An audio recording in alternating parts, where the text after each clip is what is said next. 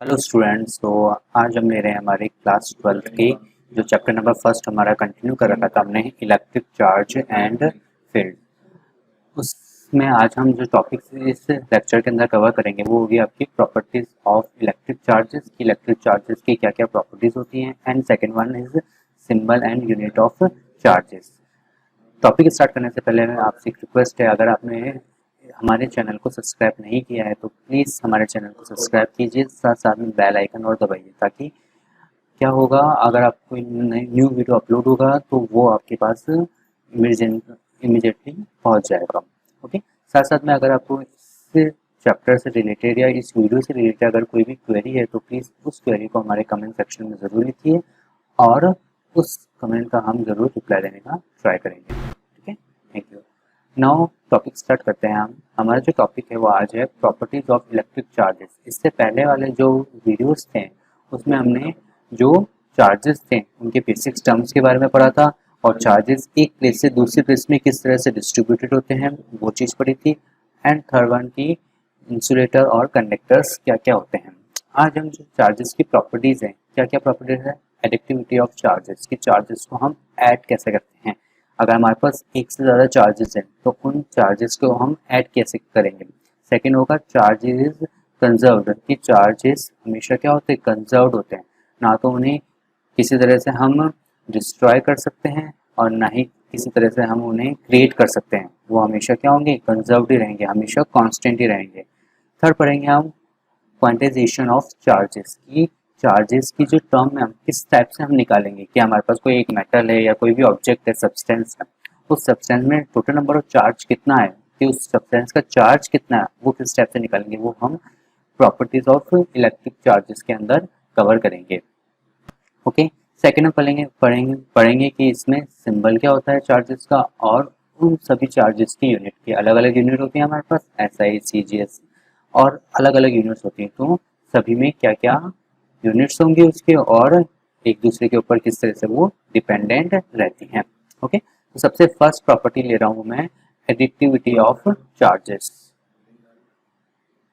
तो हमारे जो प्रॉपर्टीज हैं, क्या ले रहे हैं, हमारे पास टॉपिक है प्रॉपर्टीज ऑफ चार्जेस। तो फर्स्ट प्रॉपर्टी हमने ली है एडिक्टिविटी। एडिक्टिविटी ऑफ चार्जेस की चार्जेस को हम एक दूसरे के साथ ऐड कैसे कर सकते हैं। एडिक्टिविटी ऑफ चार्जेस सिमिलरली वैसे होगा जिस टाइप से हम एडिक्टिविटी ऑफ मास के लिए बात करते हैं। कैसे, अगर मुझे मास को ऐड करना हो किस तरह से बात करूंगा, जैसे मान लेता हूँ मेरे पास एक पर्टिकुलर सिस्टम है, ठीक है, उस सिस्टम में हमारे पास मासेस हैं किस टाइप से, एक 2 kg का मास है, एक 5 kg का मास है और एक 3 kg का मास है। अगर मुझे इस सिस्टम का टोटल मास निकालना होगा तो टोटल मास क्या हो जाएगा, इन सभी मासेस को ऐड कर दूं, 2 + 5 + 3 kg इक्वल टू कितना आ जाएगा हमारे पास टोटल मास का, 10 kg आ जाएगा। तो सिंपली हमने क्या करा है, इसको एल्जेब्रिकली तीनों मासेस को ऐड कर दिया, तो इससे हमारे पास इसका टोटल मास आ गया है। इसी तरह से जो हमारे चार्जेस होगा उन चार्जेस को भी हम इसी टाइप से ऐड करेंगे। कैसे, मान लेता हूँ मेरे पास वापस अगर एक सिस्टम है, उस सिस्टम के अंदर मेरे पास 2 चार्जेस हैं। एग्जांपल ले लेता हूँ मैं। चार्जेस को वैसे हम जो डिनोट करते हैं वो डिनोट करते हैं हम क्यू से, हम इसी वीडियो के अंदर आगे देखेंगे। तो पहला मास ले लिया मैंने, सॉरी पहला चार्ज ले लिया Q1 है और दूसरा चार्ज ले लिया मैंने Q2 है। सो टोटल चार्ज, इसका जो टोटल चार्ज होगा, टोटल चार्ज क्या हो जाएगा, Q इक्वल टू, मान लेता हूँ टोटल चार्ज Q है, तो Q equal to Q1 plus Q2, that is a total charge of this system. इसी टाइप से अगर मैंने एक और एग्जांपल ले लेता हूँ, मेरे पास अगर n चार्जेस हैं, है ना, कि हमने एक और चीज ली कि मेरे पास अगर कितने चार्जेस हैं, n चार्जेस हैं, तो Q1 Q2 Q3 ऐसे लेके मेरे पास कितने चार्जेस हैं, n चार्जेस हैं। तो क्या होगा, टोटल चार्ज इस सिस्टम का जो टोटल चार्ज होगा Q इक्वल टू क्या हो जाएगा, Q1 plus Q2 plus Q3, last कहाँ तक जाएगा, ये Qn तक जाता है। तो ये टोटल चार्ज हो जाएगा हमारा इस सिस्टम का। अब इससे रिलेटेड हम एक एग्जांपल ले लेते हैं। क्या एग्जांपल ले लेते हैं, एज्यूम कर लेते हैं हमारे पास एक सिस्टम है, उस सिस्टम में हमारे पास चार्ज है +3 कूलम -2 कूलम +4 कूलम, ये मेरे पास इसके पास चार्जेस है। Coulomb is a unit of charges, इसी वीडियो में हम आगे कवर करेंगे इसको ना। तो हमारे पास है, तो अब ये पूछ रहा है हमारे पास what is the total charge of this system, तो हमें इस सिस्टम का टोटल चार्ज निकालना है। सो total charge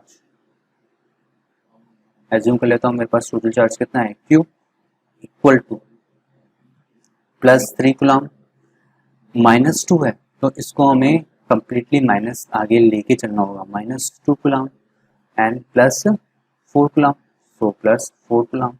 so total charge Q equal to हमारे पास आ रहा है 4 5 6 7 7 5, सो 5 कूलम दैट इज प्लस। तो इस सिस्टम का जो हमारे पास चार्ज होगा वो कितना होगा, प्लस का 5 कूलम होता है। ओके, ये हो गया। अगर मैं इसके लिए एक और एग्जांपल आपको बताऊं, तो एक और एग्जांपल क्या हो सकता है इसका, कि अगर हम एक और सिस्टम ले रहे हैं जिसमें भी बहुत सारे चार्जेस हैं, कि एक और एग्जांपल लिया हमने, हमारे पास एक और सिस्टम है जिसके अंदर +4 कूलम -7 कूलम और +2 कूलम चार्जेस, तो इसका टोटल चार्ज पूछा है उसने कि सिस्टम का टोटल चार्ज क्या होगा हमारे पास। So Q equal to total charge +4 coulomb -7 coulomb and +2 coulomb, so Q will be 4 और 2 6 -1 कूलम, माइनस में आ रहा है। सो जो टोटल चार्ज होगा that can be minus and plus both, जो लास्ट चार्ज आएगा वो माइनस में भी आ सकता है प्लस में भी आ सकता है and that can be in zero also. Zero कैसे, अगर मेरे पास एक और एग्जांपल अगर हमने ले लिया कि मेरे पास वापस एक सिस्टम है जिसके अंदर +2 कूलम और -2 कूलम है, so that total charge Q equal to +2 coulomb -2 coulomb, so Q equal to 0। So जो Q की वैल्यू है that can be 0, that can be minus and that can be in plus. So charges negative भी हो सकते हैं, positive भी हो सकते हैं और न्यूट्रल, जीरो का मतलब क्या हो जाएगा हमारे पास, न्यूट्रल भी हो सकते हैं। सो चार्जेस का डिस्ट्रीब्यूशन या एडिशन ऑफ चार्जेस किस टाइप से करा हमने, मास के अकॉर्डिंग ही हमने इसका एडिशन करा, लेकिन दोनों में डिफरेंस क्या है, जो मास होता है, मास can not B zero, zero कभी भी नहीं आएगा आपका मास अगर आप मासेस को ऐड कर रहे हो। Mass can not be negative, mass कभी भी नेगेटिव नहीं आएगा क्योंकि मास हमेशा पॉजिटिव वैल्यू ही होती है, लेकिन चार्जेस नेगेटिव होते हैं इसलिए चार्जेस नेगेटिव वैल्यू आ सकती है। बट जो चार्जेस होंगे, charges can be equal to zero, zero के इक्वल भी आ सकते हैं, रिजल्टेंट चार्जेस पॉजिटिव भी आ सकता है एंड रिजल्टेंट चार्जेस हमारा नेगेटिव भी हो सकता है। So that is additivity of charges and this one was the first property of charges. Okay, let's discuss the second property of charges. Second property of charges is charge is conserved,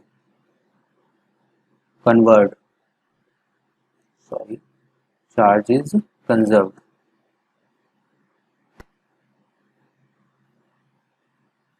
कि charges हमेशा conserve रहते हैं, constant बने रहते हैं आपके किसी भी प्लेस के ऊपर।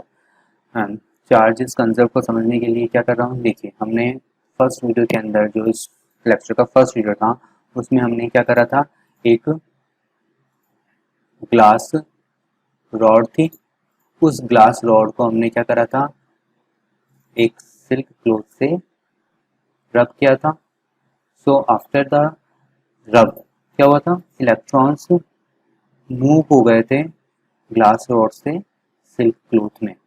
जैसे ग्लास रॉड से इलेक्ट्रॉन सिल्क क्लॉथ में मूव होते तो ग्लास रॉड को हमने एज अ पॉजिटिव चार्ज दिया था और सिल्क को एज अ नेगेटिव चार्ज दिया था। और ये पूरा हमारे पास एक सिस्टम है, ये पूरा हमारे पास एक सिस्टम है।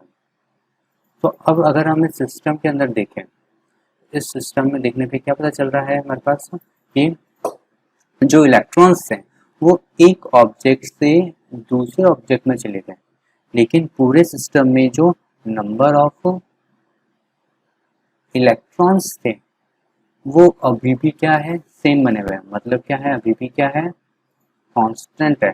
नंबर ऑफ इलेक्ट्रॉन पूरे सिस्टम में चेंज नहीं हुआ, वो एक सब्सटेंस से दूसरे सब्सटेंस में चले गए हैं। लेकिन ये जो पूरा सिस्टम है, ये जो पूरा का पूरा सिस्टम है ये वाला, इस पूरे सिस्टम के अंदर जो नंबर ऑफ इलेक्ट्रॉन्स हैं वो अभी भी कांस्टेंट बने रहते हैं। तो चार्जेस कंजर्व में वही चीज़ है कि जो चार्जेस हैं ना तो उन्हें डिस्ट्रॉय कर सकते हैं ना ही उन्हें क्रिएट कर सकते हैं। वो एक सब्सटेंस से दूसरे सब्सटेंस में चले जाते हैं या एक ऑब्जेक्ट से दूसरे ऑब्जेक्ट में चले जाएंगे, लेकिन ओवरऑल जो चार्जेस होगा वो हमेशा क्या रहते हैं, हमारे कांस्टेंट रहते हैं। That is a charge is conserved, है ना। कि जो ट्रांसफर है, चार्जेस का ट्रांसफर हो सकता है लेकिन charges can not be destroyed और क्रिएट। तो that can B transfer of charges can happen, but charges can not be destroy और क्रिएट और जनरेट। वो एक ऑब्जेक्ट से दूसरे ऑब्जेक्ट में चले जाते हैं। तो ये हमारे पास सेकंड प्रॉपर्टी होगी, चार्ज इज कंजर्व्ड। अब हम बात कर लेते हैं हमारी थर्ड, और that is a really important topic. The third property of charges is quantization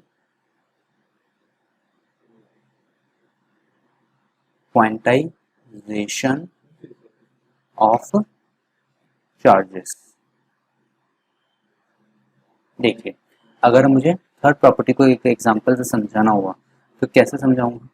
assume कर लेता हूँ मैंने क्या करा था, अभी बताया था हमने कि एक ग्लास रॉड थी और वही एग्जांपल हम सेम एग्जांपल लेके चल रहे ताकि आप कंफ्यूज ना हो और आपको इजीली समझ में आएगा। सिल्क क्लॉथ है, इसमें से इलेक्ट्रॉन हमारे यहाँ से यहाँ चले गए। जैसे ही इलेक्ट्रॉन यहाँ से यहाँ चले गए तो क्या बोल रहे थे हम, इस पे क्या हो गया, पॉजिटिव चार्ज आ गया और इस पे क्या हो गया, नेगेटिव चार्ज आ गया। मान लेता हूँ इस पे अब 5 तो प्रोटॉन्स है, 5 ही न्यूट्रॉन्स है, लेकिन इलेक्ट्रॉन सब कितने हो गए, 4 हो गए, एक इलेक्ट्रॉन जा रहा है। अब इसमें 5 प्रोटॉन से एज्यूम कर लेता हूँ, 5 ही न्यूट्रॉन्स हैं, लेकिन जो इलेक्ट्रॉन्स थे अब कितने हो गए, 6 हो गए। कि पहले 5 थे अब एक और आ गया तो इसमें कितने हो गए, 6 हो गए। तो इस पे नंबर ऑफ प्रोटॉन ज़्यादा है तो इस पे कौन सा चार्ज आ गया, प्लस का चार्ज आ गया। इसमें नंबर ऑफ इलेक्ट्रॉन ज़्यादा है इसलिए इसमें कौन सा चार्ज आ गया, हमारे पास माइनस का चार्ज आ गया है। अब वो क्या देख रहे हैं हम इसके अंदर कि इसमें प्लस का चार्ज आया। अब हमें निकालना है कि कितना प्लस का चार्ज आया। हम यहाँ पे नहीं लिखेंगे कि प्लस का 1 charge, that is a wrong, ये गलत है।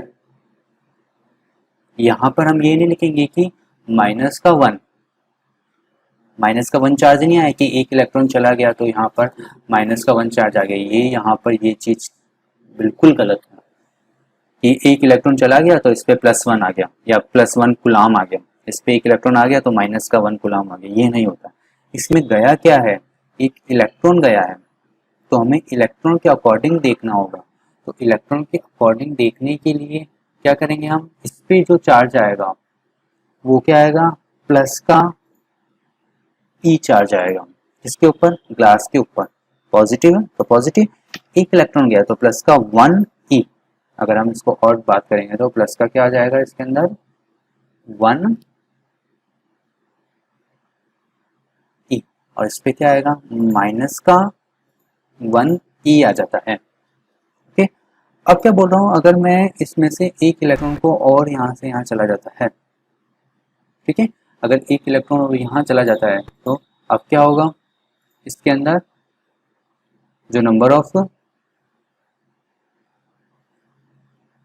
इलेक्ट्रॉन हो जाते हैं, मान लेते हैं हम कितने हो जाते हैं, 3 हो जाते हैं। इसमें नंबर ऑफ इलेक्ट्रॉन कितने हो जाएंगे, 7 हो जाएंगे। एक और चला गया, पहले 6 थे, एक और चला गया, 7 होगा। तो अब इसके ऊपर जो चार्ज आएगा वो क्या सा चार्ज आएगा, 2 इलेक्ट्रॉन गए तो प्लस का 2e, इसने 2 इलेक्ट्रॉन ले लिए, इसमें एंटर कर गए, तो इस पे अब जो चार्ज आएगा वो चार्ज आएगा आपके पास माइनस का 2e। तो जितने इलेक्ट्रॉन ये यहाँ से बाहर की तरफ निकालेगा उतने पॉजिटिव चार्ज इसमें एंटर होते जाएंगे, और जितने इलेक्ट्रॉन ये यहाँ से लेगा ग्लास रॉड से उतने ही नेगेटिव चार्ज इसमें एंटर होते जाएंगे। अगर अब वो n इलेक्ट्रॉन ले लेता है, यहाँ से निकाल देता है, मान एज्यूम कर लेता हूँ यहाँ से उसके ऊपर कितने इलेक्ट्रॉन जा रहे हैं, नंबर ऑफ इलेक्ट्रॉन n चले गए, तो इस पर क्या चार्ज आ जाएगा, अगर मैं इस पर देखूंगा तो चार्ज क्या आ जाएगा, प्लस का Ne, n number of electron से जितने इलेक्ट्रॉन यहाँ से ट्रांसफर हो रहे हैं, और इस पर क्या चार्ज आ जाएगा, माइनस का Ne चार्ज आ जाता है। तो इस टाइप से हम देखते हैं कि चार्जेस का डिस्ट्रीब्यूशन किस तरह से होता है।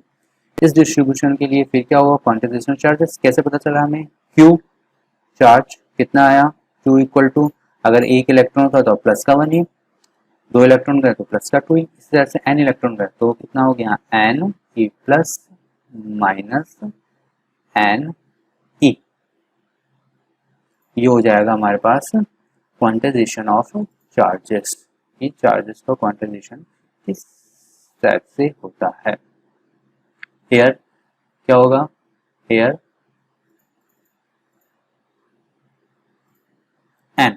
n equal to number of electron that is transferred और that is a number of integer number से है ना। So n must be equal to 1 two 0 नहीं हो सकता, 3 4 लास्ट आगे तक जाता जाएगा, अपॉन्स में नहीं आएगा, जैसे 1.2 हाफ 3/4, ठीक है, डियर 3/4 स्टेप के आपके n की नंबर ने इंटीजर नंबर ही हो गया, इंटीजर नंबर ही होगा ये आपके पास। ओके, अब अगर क्या हो रहा है, इलेक्ट्रॉन्स कम हो रहे हैं तो कौन सा चार्ज ले लूंगा मैं, प्लस का चार्ज ले लूंगा। तो दैट कैन बी, अगर इलेक्ट्रॉन कम हो रहे हैं, इलेक्ट्रॉन ट्रांसफर हो रहे हैं, बाहर निकल रहे हैं, so that can B plus of Ne, और अगर इलेक्ट्रॉन एंटर कर रहे हैं तो that can be minus of Ne। Okay, here n तो हो गया हमारे पास, Q, what is a Q, Q is a charge on object, उस ऑब्जेक्ट के ऊपर या उस सब्सटेंस के ऊपर उतना चार्ज आ जाएगा। And E, what is E, is a charge on electron, और इलेक्ट्रॉन के ऊपर चार्ज क्या होता है, कांस्टेंट होता है। क्या वैल्यू होती है, 11th क्लास में हमने पढ़ा है, 1.6 इंटू 10⁻⁻19, और यूनिट क्या आएगी इसकी, कूलम। अभी आगे पढ़ रहे हैं हम इसकी यूनिट, तो 1.6 into 10⁻⁻19 coulomb.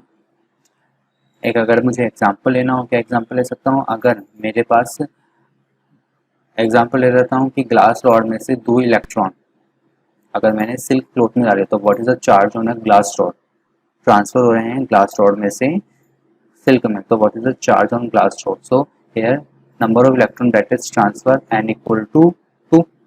So as we know Q is equal to transfer हो रहे हैं, बाहर निकल रहे हैं, तो that must be positive. So n की जगह क्या पुट कर दूंगा मैं, 2, और E की जगह 1.6 into 10⁻⁻19, so that could be Q equal to 3.2 into 10⁻⁻90, and don't forget to write a unit, and the unit of charge is coulomb। so कितना चार्ज आ जाएगा उस ग्लास रॉड पे, अगर वो 2 इलेक्ट्रॉन को बाहर की तरफ निकाल रहा है तो 3.2 इंटू 10⁻⁻19 कूलम, इतना चार्ज उस ग्लास रॉड के ऊपर आ जाता है। Okay, so there are 3 properties, first एडिक्टिविटी, second conserved, and third one is quantization of charges. अब हम आगे बात कर लेते हैं कि चार्जेस को डिनोट किससे करते हैं, सिंबल क्या होता है उसका, और यूनिट्स क्या क्या होती हैं। सो अगर हम वापस चार्जेस, जो चार्जेस होते हैं उसको जो डिनोट करते हैं या जो उसका सिंबल हम बेसिकली लेते हैं, या तो हम उसको कैपिटल क्यू से भी बता सकते हैं या फिर हम उसको स्मॉल क्यू से भी बता सकते हैं। That is all depend on you.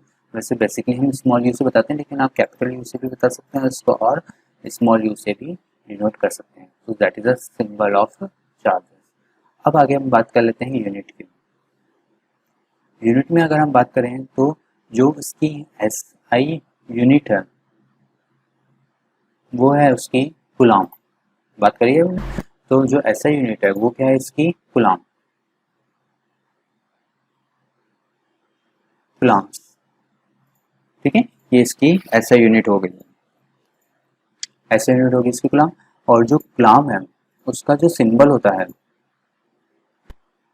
Symbol है इसका, अभी लिखा था हमने, कूलम को हम सिंबल होता है इसका सी। इसको हम किससे डिनोट करते हैं, सी से डिनोट करते हैं। तो अगर जैसे +3 कूलम है तो प्लस सी तो उसके ऊपर चार्ज है, और ये जो सी है, ये सी क्या है, उसकी यूनिट है, ये वो इसकी ऐसा यूनिट बता रहा है। सेकंड है इसकी यूनिट होती है हमारे पास सीजीएस। जो सीजीएस यूनिट होती है वो होती है इसकी स्टेट कूलम, या तो इसको स्टेट कूलम बोलते हैं। सेकंड बोलते हैं हम इसको फ्रैंकलिन। ठीक है, या तो इसको स्टेट कूलम बोलते हैं या फिर इसको बोलते हैं हम फ्रैंकलिन। ये इसकी सीजीएस यूनिट होती है। एक और यूनिट होती है इसकी, वो होती है faraday. There are difference between faraday and farad. The unit of charge is faraday. Next chapter में हम पढ़ेंगे, एक और यूनिट आएगी हमारे पास farad, FARAD, that is a farad, and farad is unit of capacitance. ठीक है, तो दोनों में माइनर सा डिफरेंस है, कंफ्यूज हो जाते हैं हम फैरड और फैराडे में। तो फैराडे है वो चार्जेस की यूनिट है, और जो फैरड है वो कैपेसिटेंस, कैपेसिटर में जो यूज में लेते हैं हम उसकी यूनिट, कैपेसिटेंस की यूनिट होती है फैराडे। तो अभी हमें इसके बारे में कुछ भी डिस्कस नहीं करना है। ठीक है, तो फैराडे ये एक और यूनिट होती है, ये बहुत बड़ी यूनिट होती है। तो क्या होता है, एक फैराडे इज इक्वल टू होता है 96500 कूलम्स। अगर इतने कूलम्स हमारे पास चार्जेस हैं तो उन चार्जेस को हम एक फैराडे के इक्वल कहते हैं। ये इंपॉर्टेंट टर्म, हाँ एग्जाम्स में अधिकतर पूछी जाती है ये वाली टर्म्स, ये वाली और ये दोनों टर्म्स। तो एक फैराडे इक्वल टू 96500 कूलम्स की इक्वल होती है। तो ये आ गया हमारे पास यूनिट। अब हम देख लेते हैं इसकी लास्ट थिंग है डायमेंशन। डायमेंशन, डायमेंशन निकालने के लिए 11th में हमने टॉपिक्स कवर कर रखे हैं। डायमेंशन निकालने के लिए क्या होता है, आपके पास फार्मूला पता होना चाहिए। तो एक फार्मूला है जो 10th के अंदर आया था और हमारे नेक्स्ट यूनिट्स में भी आएगा। सी आई इक्वल टू क्या होता है, क्यू अपॉन टी, है ना। कि हमें आई, आई क्या है यहाँ पे, इलेक्ट्रिक करंट, क्यू क्या है हमारे यहाँ पे, चार्ज, और टी, टी क्या है यहाँ पे, time. So I equal to क्या होता है, क्यू अपॉन टी। यहाँ से हम इसकी डायमेंशन निकाल सकते हैं, ये हमारे नेक्स्ट यूनिट्स में आएगा फार्मूला। अगर मैं इसको यहाँ शिफ्ट कर दूँ तो क्यू इक्वल टू क्या हो जाएगा, आई इंटू टी। अब हम बात करते हैं यहाँ की डायमेंशंस की। अगर हम डायमेंशंस की बात करते हैं तो डायमेंशंस के लिए क्या होगा हमारे पास तीन चीज होती है। एक ब्लॉक होता है, उसमें एम एल टी, यहाँ तक तो हमारे पास 11th में था कि एम एल टी। इसमें एक चौथी टर्म और आ जाती है, वो होती है हमारे पास कैपिटल ए। जो एम होता है वो किसके लिए था, एम किसके लिए था, हमारे मास के लिए। ठीक है, जो एल था, एल किसके लिए था, हमारे लेंथ के लिए। और जो टी था, टी हमारे पास टाइम के लिए था। लेकिन अब जो ए आ रहा है वो ए किसके लिए, हमारे पास ए, ए किसकी यूनिट, करंट, करंट जो होता है उसकी यूनिट क्या होती है, एम्पियर होती है। तो जो ए है वो किसके लिए आ रहा है हमारे पास, करंट के लिए, ठीक है। तो हम ए किसके लिए लेंगे, करंट के लिए लेंगे। अब डायमेंशन देखें एम, क्या इस वाले जो फार्मूला है क्या इसमें मेरे पास एम आ रहा है, नहीं आ रहा है। तो अगर मेरे पास इस फार्मूले में एम नहीं आ रहा है, मास नहीं आ रहा है कहीं पे भी, तो एम की पावर क्या हो जाएगी, जीरो, या एम की पावर जीरो। एल लेंथ आ रही है इस फार्मूले में, नहीं आ रही है, तो लेंथ भी कितनी हो गई, zero. Time, yes time show हो रहा है, और टाइम की पावर कितनी दे रहा है, वो वन दे रहा है, तो यहाँ पे टाइम की पावर भी कितनी हो गई, वन हो गई। ए, ए करंट के लिए, करंट की पावर भी कितनी दे रहा है, ए डिनोट कर रहा है, तो ए भी कितना हो गया, one.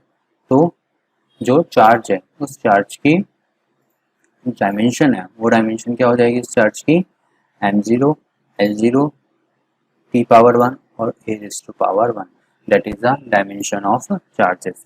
Symbol capital Q small Q, unit ऐसा unit coulomb, CG unit stat coulomb और franklin. Another unit is a Faraday. 1 Faraday is equal to 96500 coulomb and the dimension is T1 and A1. So ये lecture हम यहीं पे finish कर रहे हैं। इससे रिलेटेड वापस अगर आपको कोई क्वेरी हो तो प्लीज़ उसे अपने कमेंट सेक्शन में ज़रूर बताइएगा। Okay, thank you.